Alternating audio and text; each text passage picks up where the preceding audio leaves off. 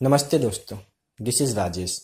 दोस्तों, 16 अगस्त 2018 का दिन हमारे राष्ट्र के लिए एक बहुत भारी क्षति का दिन था। इस दिन हमारे पूर्व प्रधानमंत्री श्री अटल बिहारी वाजपेयी जी पंच तत्वों में विलीन हो गए। वो केवल एक प्रखर वक्ता नहीं, एक राजनेता नहीं, एक लेखक नहीं, एक कवि नहीं, एक अच्छे इंसान भी थे। एक ऐसे इंसान जो अपनी पार्टी दूसरी पार्टी, अपना राष्ट्र दूसरा राष्ट्र, इन सीमाओं से परे हो चुके थे। वे सभी के प्रिय थे, सभी के लाडले थे, सभी के पसंदीदा थे। एक ऐसे महापुरुष की कहानी ढूंढने जब मैं चला कि एक तुच्छ मनुष्य उनको श्रद्धांजलि दे सके, तो मुझे ऐसा लगा कि कहानी से बेहतर उनकी कविताएं हैं, क्योंकि उनका जीवन ही उनकी कविताएं हैं और उनकी कविताएं ही उनका जीवन। तब ढूंढते ढूंढते मुझे एक ऐसी कविता मिली कि मुझे लगा कि ये कविता मुझे आप लोगों के सामने रखनी चाहिए, जिससे मैं उनको अपनी श्रद्धांजलि दे पाऊंगा। ये कविता हमें अंदर तक झकझोरती है कि हम ऊंचाई पर तो पहुंचे, लेकिन हमारे पांव जमीन पर ही रहे। कभी भी घमंड ना करे, क्योंकि जब इंसान घमंड कर लेता है तो वो एकाकी अकेला हो जाता है, दुनिया से परे हो जाता है, और ऐसे इंसान को इंसान कहलाने का कोई हक नहीं रह जाता। तो ऐसी ही कविता है जिसे मैं आपके सामने रखना चाहता हूँ।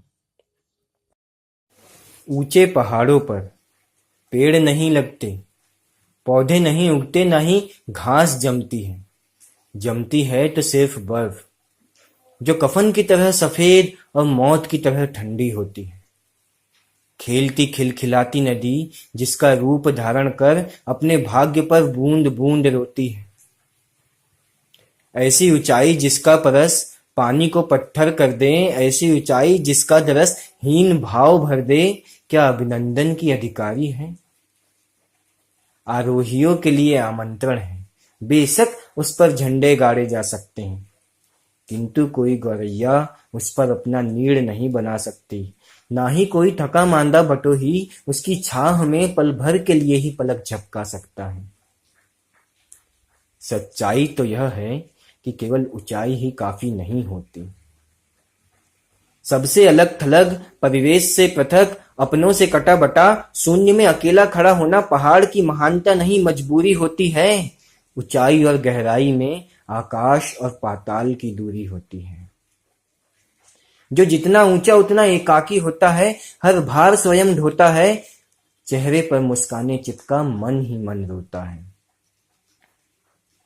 जरूरी यह है कि केवल ऊंचाई ही नहीं, विस्तार भी हो, जिससे मनुष्य ठूठ सा खड़ा न रहे, औरों से घुले मिले, किसी का साथ ले, किसी के संग चले। भीड़ में खो जाना, यादों में डूब जाना, स्वयं को भूल जाना, अस्तित्व को अर्थ, जीवन को सुगंध देता है। धरती को बौनों की नहीं, ऊंचे कद के इंसानों की जरूरत है।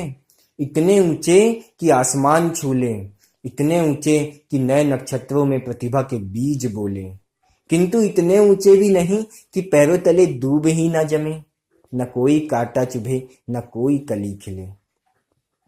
न बसंत हो न पतझड़, केवल ऊंचाई का हो अंधड़, मात्र अकेलेपन का सन्नाटा। हे मेरे प्रभु, कभी इतनी ऊंचाई न देना, गैरों को गले न लगा सकूं, कभी इतनी रुखाई न देना, कभी इतनी रुखाई न देना।